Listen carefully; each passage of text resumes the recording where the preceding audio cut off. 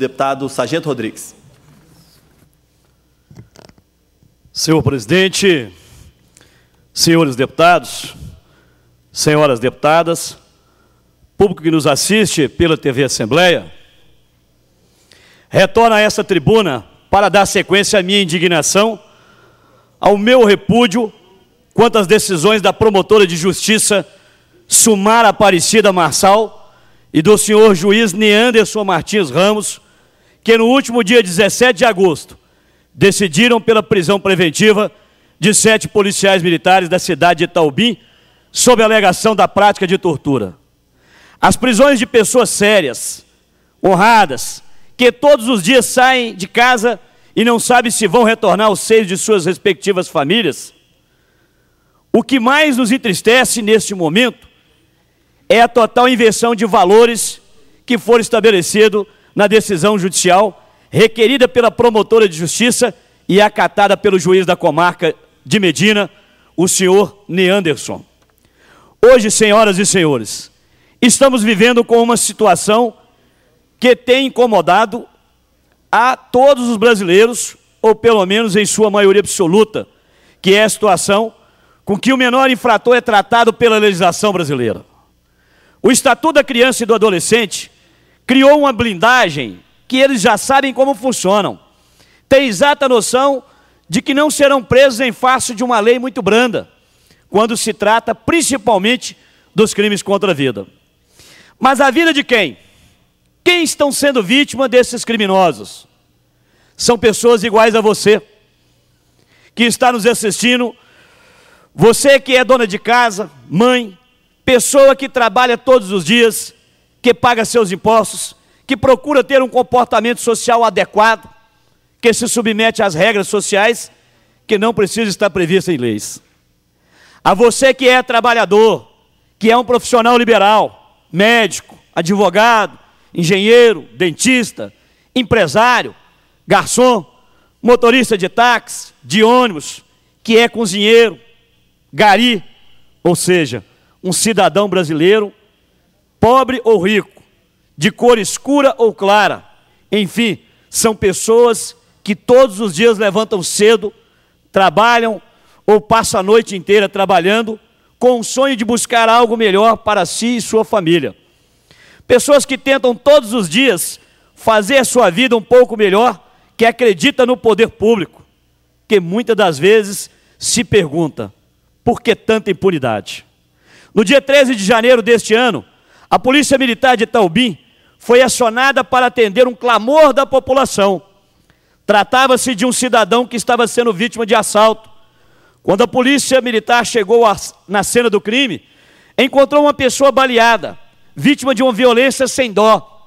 Imediatamente foi levada para o hospital mais próximo, onde foi atendida. Mais tarde se descobriu que aquela vítima teria ficado paraplégica em razão dos disparos sofridos, ou seja, sua vida nunca mais será a mesma.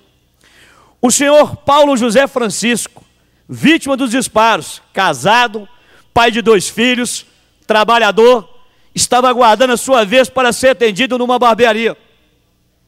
Mal sabia que aquele infeliz dia nunca mais seria esquecido, pois figurou como vítima da crueldade de 3 marginais, 2 dos quais menores e um outro maior de idade, que mudariam sua vida para sempre. A polícia, mais uma vez atenta, após ser acionada, foi ao socorro como sempre faz todos os dias, 24 horas por dia.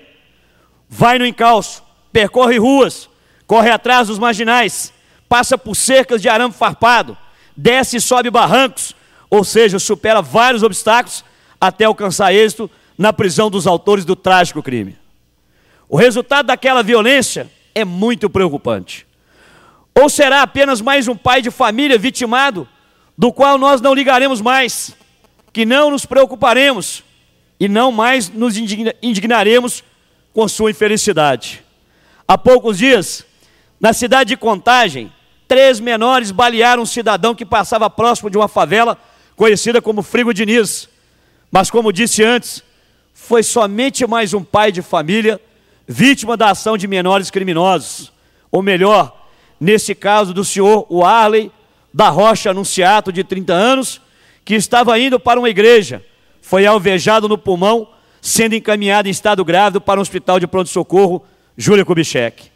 Mais uma vítima dos menores infratores, já que de forma eufêmica é como a lei tecnicamente os denomina, menores infratores. A letra fria da lei não os trata como criminosos perigosos, que o cidadão comum depara pelas ruas.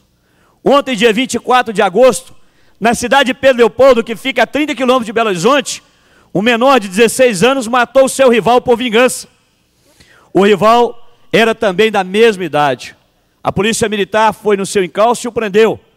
Mas logo nós saberemos que ele estará livre nas ruas, pois o Estatuto da Criança e do Adolescente permite apenas uma medida de internação no máximo de 3 anos, conforme previsto no artigo 121 da Lei 8.069 de 1990, em seu parágrafo 3º. Abre aspas. Em nenhuma hipótese o período máximo de internação excederá a 3 anos. Fecha aspas. Ou seja, o menor infrator poderá cometer quantos homicídios quiser, que sua punição máxima será de 3 anos. Esse fato está inclusive registrado numa entrevista do jornalista Carlos Viana, da Rádio Itatiaia, em que o menor cometeu 8 homicídios. Vou repetir, 8 homicídios. Estava em liberdade e tentou matar sua 9ª vítima.